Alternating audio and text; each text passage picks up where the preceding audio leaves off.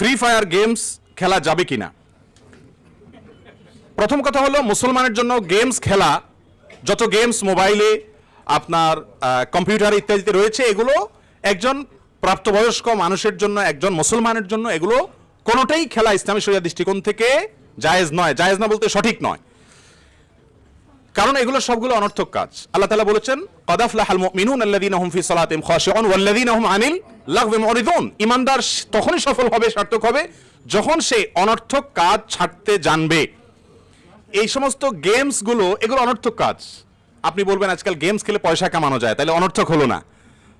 এটা হয়তো অনেকে বলবেন, কারণ ফ্রি ফায়ার বা পাবজি গেমসে পয়সা কামানো যায়, তাই না? আছে না? এগুলো তো পয়সা উপার্জন করা যায়, তাহলে আর অনর্থক থাকলো না। তো এক্ষেত্রেও ইসলামী শরিয়া আপনাকে হালাল উপার্জনের যে নীতিমালা দিয়েছে, এই গেমস ইত্যাদি খেলে উপার্জন করা সে নীতিমালার মধ্যে, হালাল নীতিমালার আওতায় পড়ে না, যার কারণে এটা জায়েজ নাই। আর